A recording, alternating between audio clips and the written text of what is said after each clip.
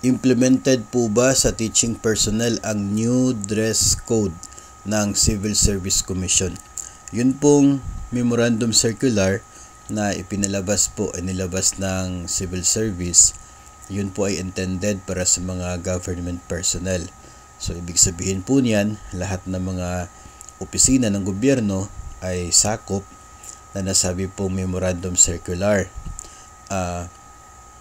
Meron pong mga division offices, no, may mga nag-send po sa atin ng mensahe na sa kanila pong division ay magsisimula na raw sa Lunes yung implementation. Pero ito po nakikita po natin doon po mismo sa memorandum circular ng Civil Service Commission sa number 6, responsibilities of agency heads. So sa bawat head of agency po ito. So for DepEd, sa DepEd Secretary, agency heads shall, number 1, upon consultation with the officials and employees, formulate and adopt internal rules and procedures on the implementation of the revised dress code within 6 months from the date of its effectivity.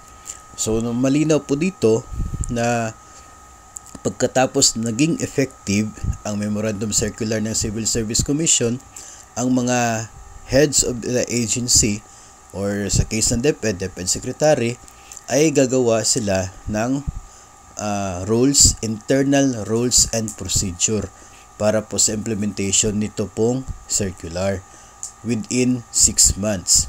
So sa loob po ng 6 months, since December po lumabas itong memorandum circular, so until June, expected na ang mga heads ng bawat government agency ay makapaglabas na ng internal na guidelines nila para po sa implementation na nasabing dress code sa bawat agency. So, yun po ang nakikita natin base po sa memorandum circular. So, kung yun po yung pagbabasihan natin, ay we can expect na maybe until June, baka maglalabas ng DepEd order para po dito sa implementation. So, yun po yung aabangan natin.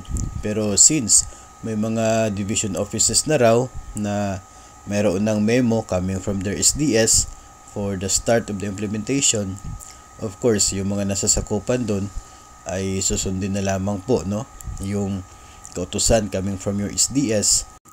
Yung mga wala pang memo from the SDS, hintayin na lamang po natin, baka yung SDS po niyo ay naghihintay din ng DepEd order na siya pong related doon po sa sinasabi ng Civil Service Circular na internal rules na gagawin ng mga DepEd o kaya gagawin ng mga heads of agency. So, yun pong nakikita po natin dito tungkol po dyan sa bagong dress code ng Civil Service Commission.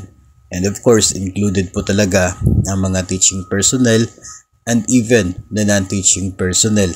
Included po tayo kahit po yung mga nasa ibang agencies, included po doon sa nakapaloob sa memorandum circular na inilabas ng Civil Service Commission.